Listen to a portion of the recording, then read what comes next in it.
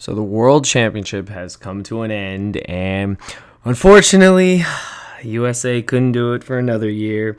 Shout out to Cody, though. He made it to the top four. I really thought, we were going to do it this year, and we're just going to have to get him next year. But what's going on, you guys? Slim here to talk to you guys about why Salamangreat won the Yu-Gi-Oh! World Championship 2019, the most important event of the year, the event that crowns you as the best player in the world. And like I said, USA did not bring it home, but congratulations to Koki Kasaka. I hope I pronounced that right. Probably not. From Japan, he ended up winning. He was actually the favored player going into this event for a lot of people who actually watched the live stream this weekend like I did. It was talked about by multiple people that he was the favored person from the OCG, the favored person from Japan, and he was the one that everyone had their eyes on, saying this is the guy that's going to do it, this is the guy that's going to win.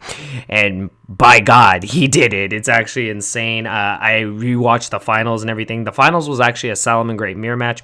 From what I heard, now I don't know exactly how accurate my numbers are, but I heard about 15 of the players actually played Salamangreat. There were like 3 Sky Strikers, and then the rest were either pure Thunder Dragon or the Crusadia Thunders that I believe Cody and Wei played. So that was really, really cool. It was pretty much set to that. There was no other and then Raphael, he played a going second like Crusadia, like OTK deck. And I think outside of that, I think those were the decks that were played in the World Championship. Now, again, I know that we are under, this world's list and everything. A lot of people are wondering why, of course, I would talk about this. Of course, it is the most important event of the year, regardless how you look at it, because this is what everyone kind of fights for. You fight for the ability to go to Worlds. It's the most prestigious event. And I mean, congratulations to everyone that made it to Worlds, especially our team from the USA and Canada. You guys all deserved it. And I couldn't be prouder of like my friends that went. Just so happy for them, just, making it and, experiencing it, because after all their hard work all season, it's just crazy. But yeah, anyways, as we do on this series, we're going to just go over the deck, and I'm going to talk about why I felt it won. And there is a key thing, spoiler, that we all know is probably one of the main reasons why this deck did so well, and it was talked about throughout the entire weekend. But again, congratulations to Koki Kazaka for winning, and he ended up taking down the finals. He actually played against last year's champion, Wang Chia-Chang, which is actually crazy that he made it all the way to the finals again. He did 2-0 him. It was crazy. The match was just insane. You guys should definitely watch it if you guys haven't already. But anyways, I've talked enough. We're going to just get into the deck. I'm going to give you guys my opinion. Okay, so he did play Salamangreat. Again, this was the most represented deck. This was probably the best deck for the event. And the reason is as you can see, there are 3 copies of Circle. While there is 1 Gazelle like we have here in the TCG now, they had Gazelle put to 1 first, and then they were able to keep the 3 Circles. So it was pretty crazy, but we'll get into it. So for Hand Trap, you played 2 copies of Ash Blossom. The card is at 2 in the OCG list, so that's why you had to play 2 copies of Effect Veiler, 3 copies of Flame Buffalo. You guys already know how good this is. We've seen this in TCG lists. Just being able to draw, is amazing. Being able to, if you combo this with like Spinny or Jaguar or any of the guys, it's just like so crazy. The 1 copy of Falco, the 3 copies of Foxy, the 1 Gazelle, still best card in the deck, the 2 copies of Jaguar, and the 3 Spinny for the monsters. For the spells, there are 3 Sign at Mining. Self-explanatory. It's crazy. And this card, this is one of my favorite cards in the game. You guys know how much I actually talk about this card all the time, like whenever I side deck it or just side decks in general. He main decked 3 copies of Mind Control, and this card is the utter nuts. This card is so well positioned against like every deck that was at this tournament. It's so good in the mirror match. Just being able to take your opponent's monster and link off into it, making the Hida and stuff is just so ridiculous. And you could just OTK with this card. Again, if you watched any of his feature matches this weekend, you would definitely see how insane this card was. I mean, especially if you lose the die roll, you go second, you take their monsters, you start linking away and doing things. You turn off their back row because you take away their link monster. It's just insane. Like, this card was definitely the MVP, and without a doubt one of the best meta calls that he could have made for this particular tournament. And I think Mind Control is just in general in any format is just so strong because links are broken, and being able to mind control and just link away is crazy. So huge fan of this. This was an amazing call. 2 copies of Desires. This is something that a lot of people question, and it was explained. I also want to give a huge shout out to Lithium. I got the list from Lithium. He did the live deck profiles with them. It was actually interview style. It's very similar to what me and a couple channels did in 2013 in Vegas, where we had the translator translate the deck list. It was amazing to see that. Shout out to him, Team APS, Tom Box, any of the YouTubers that went to Worlds. That's just amazing. It was amazing to see the content they provided. But I'll have Lithium's video linked down below, because that's where I was able to get this list from. So shout out to him for doing that and getting not only first, but also getting second place. But yeah, it was talked about that Desires was a card that, yes, it was risky because you have only 1 copy of Gazelle, but since you do have the 3 copies of Sign It Mining, the 3 copies of Circle, you are able to hopefully search out the Gazelle in your combo piece and get your combo started, then Desires to get more advantage. However, you'll see in a lot of the matches that they just had Desires first thing, because you need those extra cards if you can't combo and whatnot. So while this card could be a deterrent, it is extremely strong. You guys know this. It's always been a controversial card in the TCG, but just being able to draw 2 is insane. The already aforementioned 3 circles. So because of the way the list fell into effect, they were still able to have their 3 circles. So that's why Salamangreat was such a solid choice, because they're not hindered to the 1 circle like we are here in the TCG. So you can see where the just the consistency is there. The 1 field spell, self-explanatory.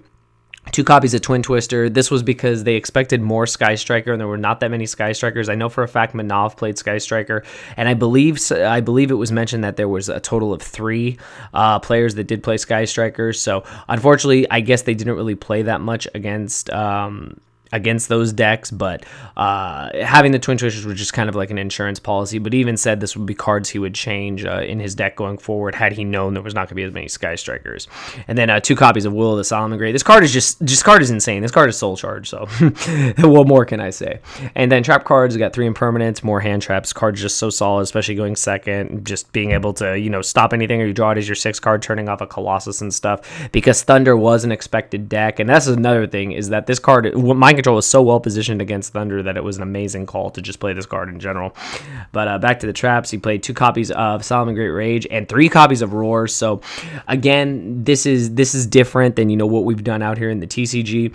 But this card is just really solid, because being able to just set up a link is quite easy in this deck, and then just having this card to back it up is very, very strong. So that's it for the main deck. On to the side deck real quick. 2 copies of Prankatops. This is just one of the best side deck cards in general.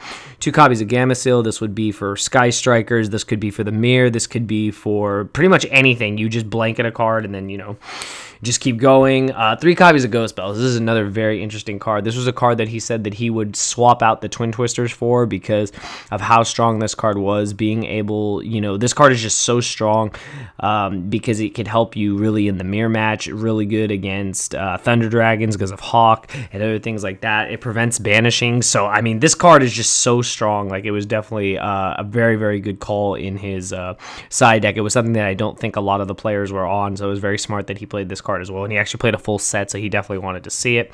It was interesting. He cited the 1 debug. I'm assuming this is because you're not, of course, always guaranteed to go first, but this does give you a card to side in when you're going first, and a lot of times, the opponent doesn't see it game 1. I mean, granted, it is at 1, but if you had the ability to search it and you didn't, and then you actually do have the ability to use it in game 2 and actually have it resolve its full combo, so it's crazy. He does side the 1 copy of Violet Chimera and the 1 copy of Starving Venom Fusion Dragon to go with the 2 Super Polys. So I thought it was interesting he wasn't playing a Fusion of Fire, but that's a whole nother thing. Some players do believe in it, a lot of players do not. It goes back and forth, and it's just a topic that just continually goes back and forth of should they play that card or not. Super Poly is just so strong. Being able to cover multiple matches is just really strong, especially because of the Starving Venom being able to take care of Thunder Dragons and other just like combo decks. And then the 3rd Twin Twister, the 1 D barrier. This was just so crazy. So when they were talking about side decks during one of the matches, and they said he had D barrier in there, I thought, oh, maybe he has like 2 or 3. He actually just played 1. That's so crazy. Like, it's just another card you can use against Thunder Dragons, because literally you can end their turn with that card, because Pure Thunder being a deck, they're not ending on links, they're ending on fusions, and you just call fusions, and it's just like, it's like when D-Barrier first came out, basically, and that's just so crazy to me to think about. And then the 1 copy of Imperial Order, because Imperial Order is just broken against Sky Strikers. So that's it for the side. And then the extra, the 1 Dweller, the 1 Baguska, he played both. They're both really strong. If you see in the finals, game 1, he actually wins the die roll and just passes because his hand is very subpar. The game 1 was very conservative on both players' parts, so it was pretty crazy. And then he eventually made a number 41 Baguska and slowed the game down, and that's what ended up helping him get an advantage. He also got to 3 mind control and just showed how devastating that card is in the mirror and how powerful it is, and he won that game, so it was crazy. The 2 copies of Mirage Stalio, the 1 Borreload, I'm assuming that's for if you're able to get to it and being able to use it against Thunder Dragons. It's like game every time, because taking the Colossus is so easy with this card, and then taking another Colossus is just nuts. Hida, this card is nuts in this deck. Phoenix, it's a fire, generic, you guys already know, back row removal is good. The 3 Balinks, the 2 copies of Heatleo, and of course the 3 Sunlight Wolf.